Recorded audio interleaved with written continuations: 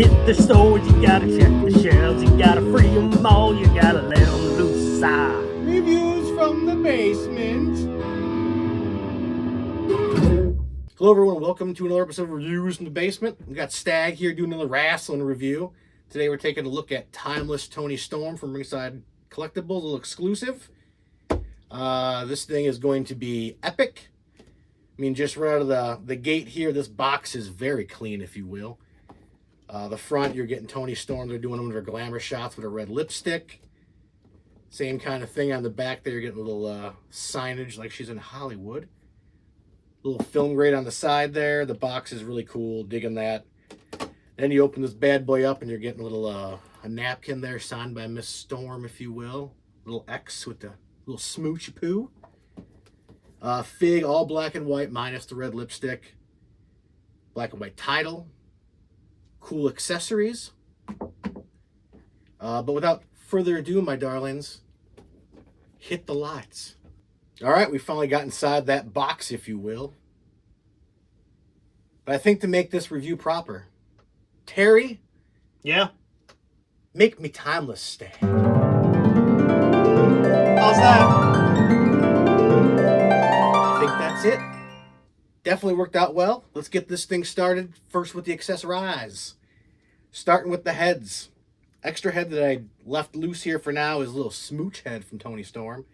More of a curly kind of hair. Likeness on these things are really cool. Digging this one for sure. The one I have on there is more of just a timeless Toni look with a little longer flowing hair. Definitely cool.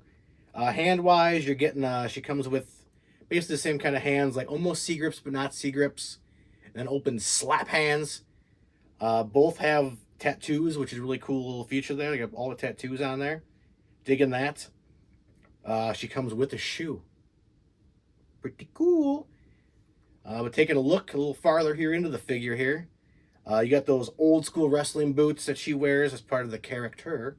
Definitely cool on there. All black and white except for the lipstick on both heads, which is kind of cool that way as well. Shoe, definitely cool accessory.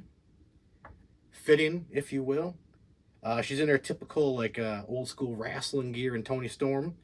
Even the title, black and white, really cool touch to do it that way as well. The robe, not a soft goods fan, but this robe fits mighty fine, if you will. Little ruffles on the back there. Little ruffles in the arms. Flows nice, looks nice. I mean, this is top notch. Ringside, you're getting it done. Basic jazzware is failing per tradition. You got to get these things out. We already have a rock star Toni Storm, which I believe she's in the midst of a little bit of a weird period of transition between now a rookie from Timeless to she's weird, and I like it. I'll do one more final look through this thing at the very end, but let's turn it over to Stag for our little news segment. I'm sure there's some breaking news, if you will. Stag is back with this week's news. Today we're going to start off with some highlights of some Fed Figs, if you will. Mattel released some new images. We'll start off today with the Monday Night Wars Greatest Hits Wave 2. We have a Build figure as well, and this one is Gorilla Monsoon. Maroon suit. Don't have, need. First in the series, you get the Ringmaster. Never got this one original time around, so awesome fig. Definitely picking up to add to the collection. Next, we got Shamrock. Boots, a bit odd. Going to get, probably going to sell. Bret Hart, straight hot trash once again. Hairline, bad. Face, bad. Just stop doing Bret if you can't do it right. DDP, also a chase. Found this out today on the pod. The regular one has green deco hits on his pants. The chase has got the light blue, which is more DDP-ish. Definitely need the chase. So I'll be on the hunt for that. Building Gorilla, going to be awesome. Next, we're moving to Elite Series 116. Also some random, I don't collect the new people per se, except for the next one. But first time to line, Lexus King. Definitely getting that. I think AEW dropped the ball when it came to Pillman Jr. Next up, we'll go to Lexus King's Fajer, if you will. His what? Faja, Ah, I think you mean father. maybe. Brian Pillman is going to go really good with Austin, the Hollywood Blondes. Can't wait to put those two together. Definitely getting that. Ultimate Wave 25. Final Boss Rock. Definitely getting the Final Boss Rock. You get Damian Priest, not going to get, but looks really cool. Great Muda. Red and black attire. Has the green spit. I might get two, one to keep with the entrance gear on and one just to have with the spit, if you will. Unknown, but maybe. NWO 2-pack from 2002. Didn't watch it, don't care, but Scott Hall's my boy, so I have to get, and I'll just keep that one in box, let it hang proud on the wall. Wait. Some breaking news here. EW has been informed they are missing a wrestler. Has anyone seen this man? If so, call Toni. Or Toni. You pick which one. Next up, we'll hit up some Warhammer news. Terry might need to help me out if I botch. Pre-orders up for the new Eldari Codex. So that's your rule book. Go spend $50 more for one extra sentence of news. You guys know. They're also space eels. You get a collector's edition as well, it sounds like. New models. You're getting 4 new plastic Phoenix Lords and 3 other warriors, all in plastic. Definitely cool art and lore inside. Special. Just announced this week, too, we have the next Siege of Terror book from the Black Library called Era of Ruin. Book is an anthology with stories during each and after Horus Heresy. Said that bad. You're also getting 8 stories from different writers of the Siege of Terror series. That should be interesting. Cover looks great. Also comes in Warhammian leather. It's pretty cool. Got a metal symbol on there as well. Everyone gets these, and the bots lose. You lose. Comes out later this year, though, so kind of a if you will. More breaking news, folks. It seems that Torfang is on the loose. He has attacked Hallis Hall, demanding a better head coach. Our prayers have been answered. Torfang to the rescue. Ben Johnson, new coach. Hopefully it goes good. Go Bears. Unknown. Go Bears. On to a little new extra. We'll do some music. We'll throw it in there. John Sykes passed away at the age of 65. Guitarist from Whitesnake and Thin Lizzy. Wrote some of the big songs like In the Still of the Night. Or Is This Love That I'm Feeling? You will sorely be missed. Amazing guitarist. I want to point out a new album from Tremonti called The End Will Show Us How. Guitarist from Creed, Alter Bridge. Amazing. Album definitely good. Unique sounding guitarist. Open chords, his melodies, like, you know they're good. If you can hear just the guitar, you know who it is. Top notch. Top notch. Recent pickups for JB and the Stag here. So Stag, I ended up getting on eBay prices because Superstar line's hard to find. I did pick up the normal Purple Razor Superstar. Got some bids on the Chase Gold. You get the pull said trigger. Still need Bret Hart, Anvil, and Cactus Jack.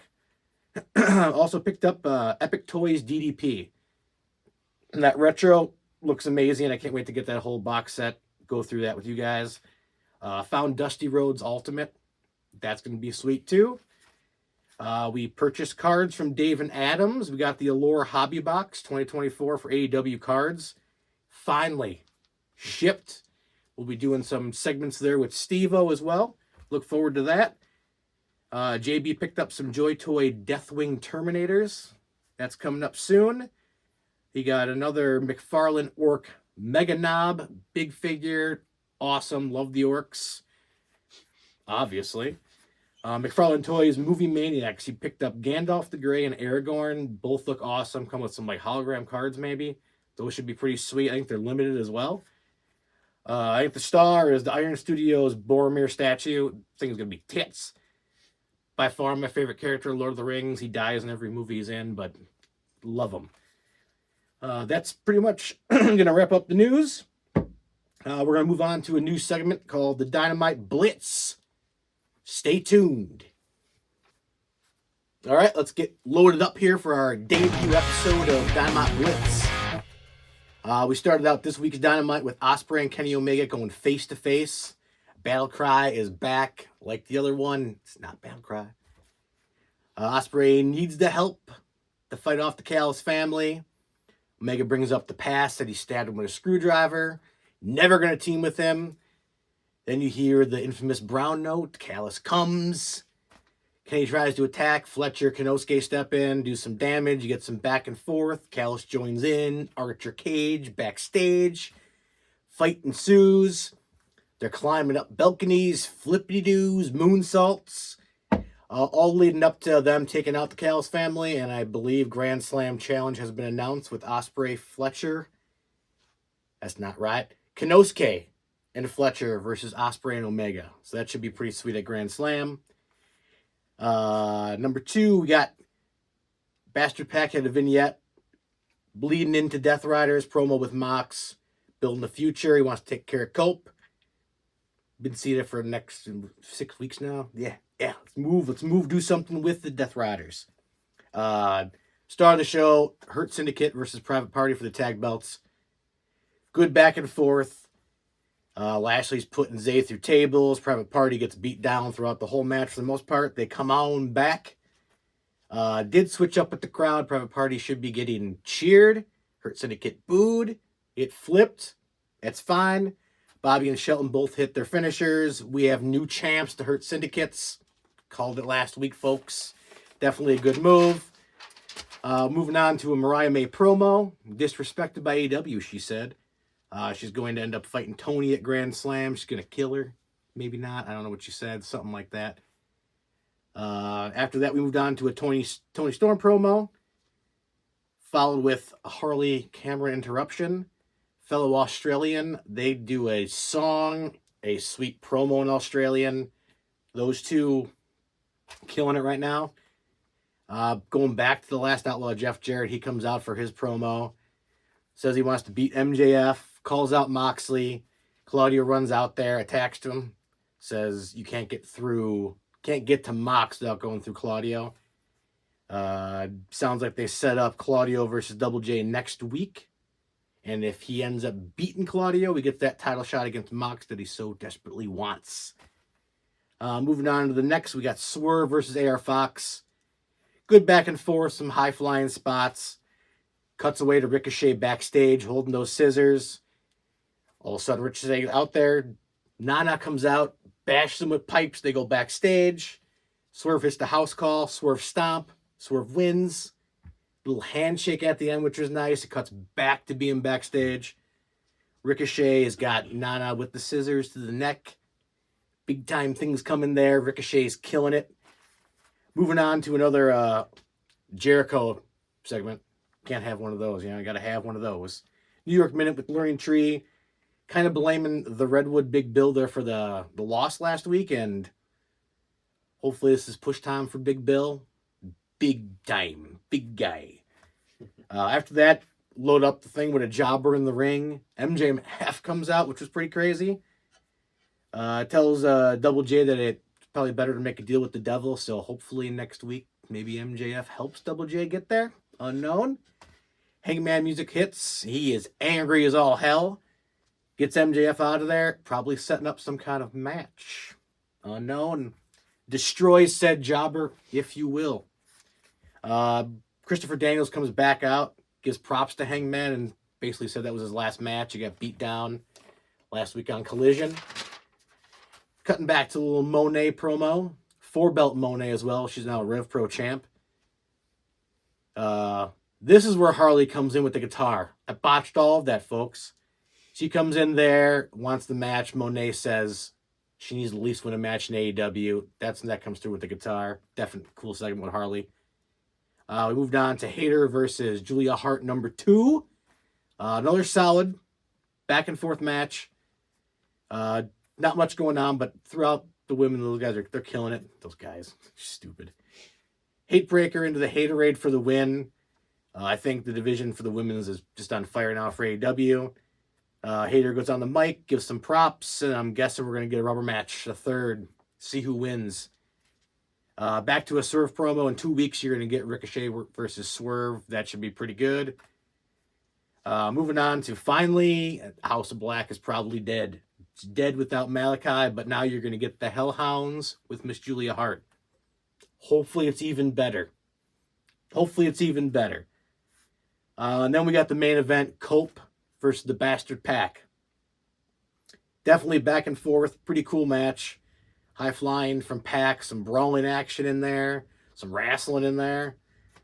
Toward the end there, Cope misses with a spear, turned into a standing brutalizer. Ends up with another brutalizer. Cope lifts him up, slams him into a big cutter for the win. And then, per tradition, the Death Riders come out after taking out FTR and Rock and Roll Express backstage.